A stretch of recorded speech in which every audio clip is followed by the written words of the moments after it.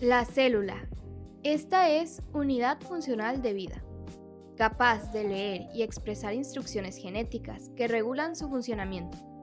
Las instrucciones que interpretan están contenidas en su genoma, y los procesos que pasan para ser interpretadas son conocidos como transcripción y traducción, donde son de gran importancia dos moléculas.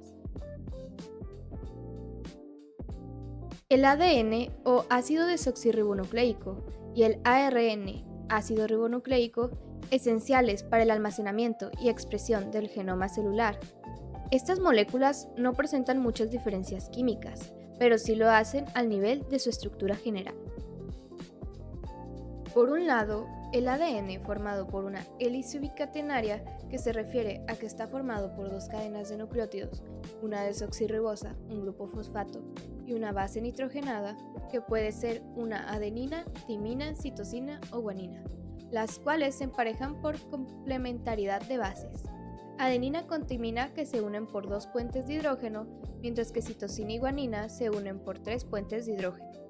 Por otra parte, el ARN es monocatenario, significa que el ARN tiene una sola cadena de nucleótidos, posee una ribosa, un grupo fosfato y tiene una base nitrogenada distinta, pues no contiene timina, siendo que esta fue sustituida por uracil. El ADN es la molécula que contiene la información genética. Esta información es codificada por una serie de combinaciones de bases, por secuencias de 3 bases conocidas como triplete o codón.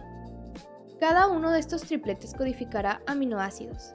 Con solo 4 bases resultarán 64 combinaciones distintas, de las cuales solo 61 serán capaces de codificar para aminoácidos, mientras los 3 tripletes restantes pertenecen a los tripletes o codones de paro.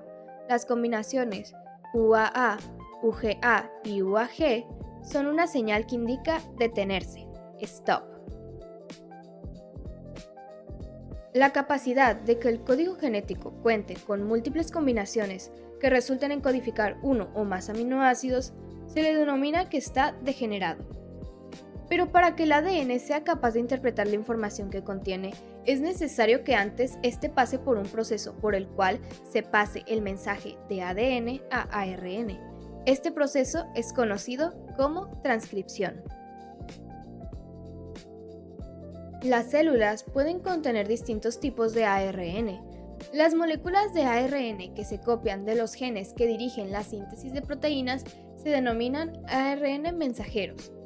Pero las moléculas del ARN no solo pueden contener el mensaje para sintetizar proteínas, pues está por su estructura, que le da la capacidad de plegarse en distintas formas tridimensionales complejas, le confiere funciones estructurales y catalíticas, existiendo el ARN ribosomal y ARN de transferencia, que cumplen funciones específicas para el correcto funcionamiento y expresión celular.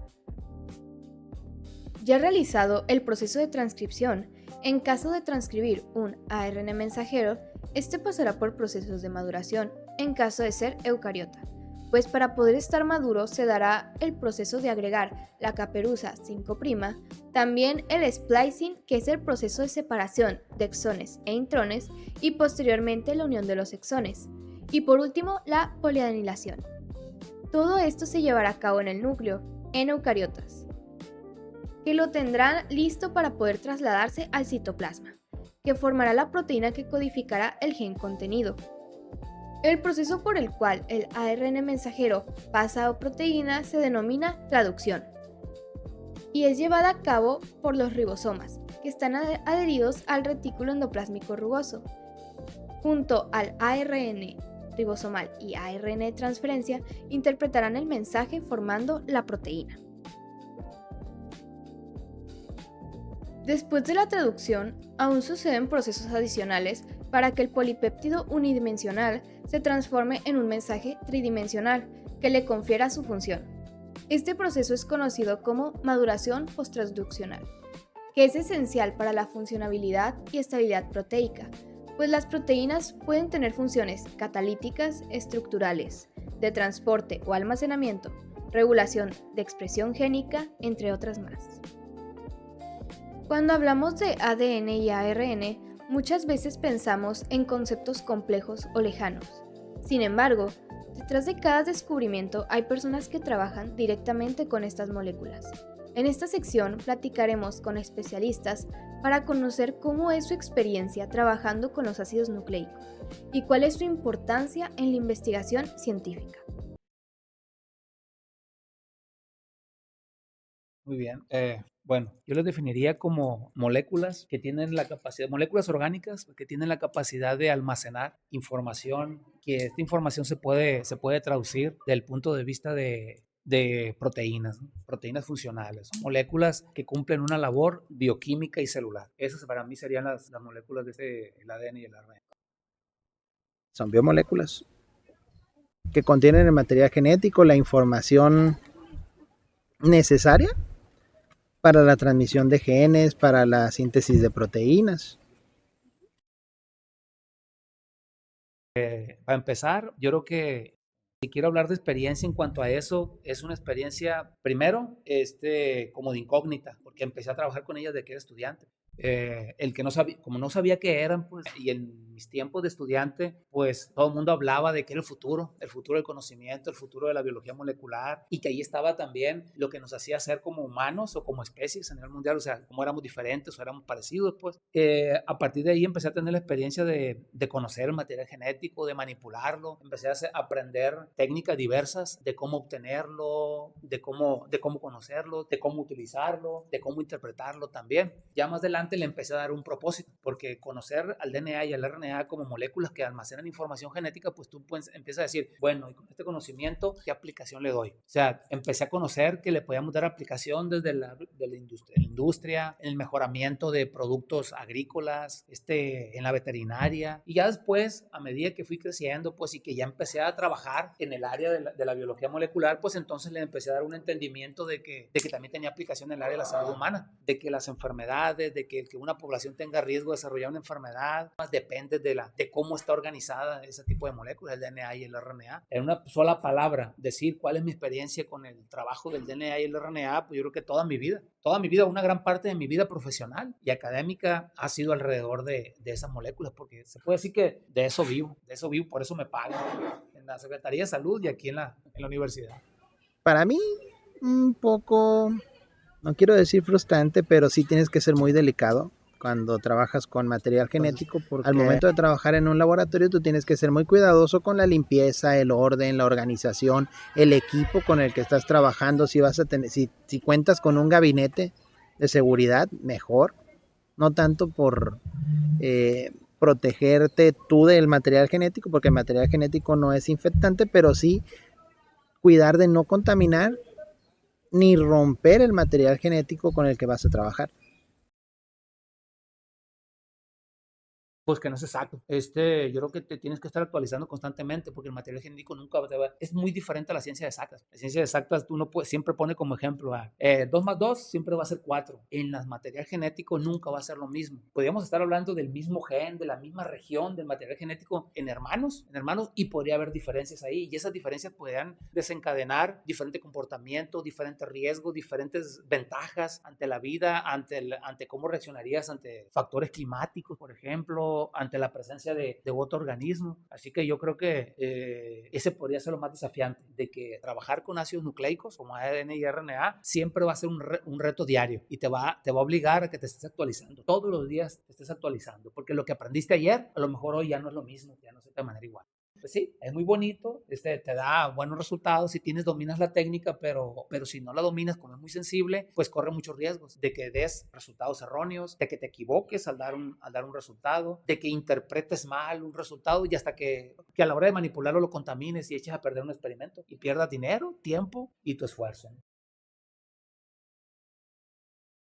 Que las técnicas indispensables para empezar son cómo obtenerlo, cómo obtener material genético, porque yo no puedo analizar el material genético de un organismo si no lo tengo en mi mano, ¿verdad? Yo no puedo analizar su ADN si no obtengo una muestra de él. Así que la técnica indispensable primero es obtenerlo. ¿Cómo se puede obtener? Desde cualquier fluido biológico que tenga células nucleadas.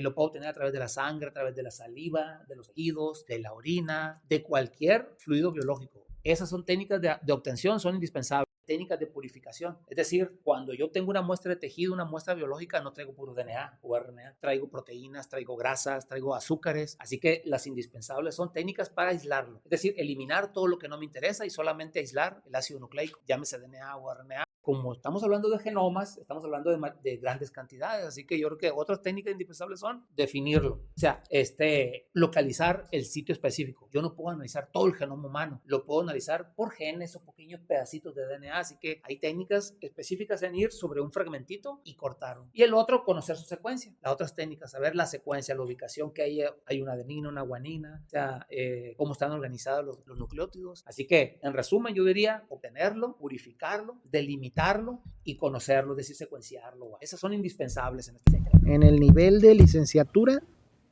yo considero que ya necesitan practicar la parte de PCR mínimo, punto final. Creo que el primer avance fue desde que se conoció el genoma humano, pero en la actualidad las técnicas para conocer las secuencias genómicas, los genes, cómo están compuestos los genes, pues han ido avanzando, se han ido computarizando, si así lo quieres, o sea, se va disminuyendo el factor de error.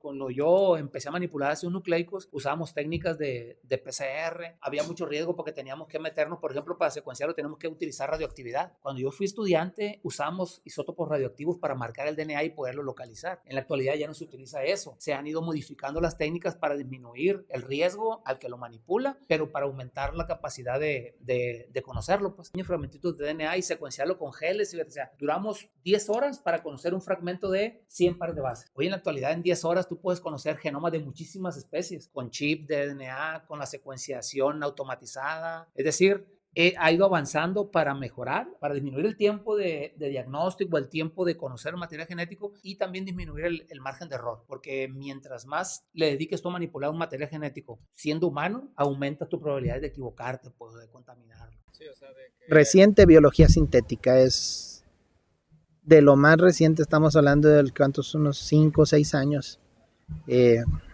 hacia atrás. Hace poco recibieron el premio Nobel las chicas, las científicas que desarrollaron la técnica de biología sintética. Yo creo que la sociedad sí.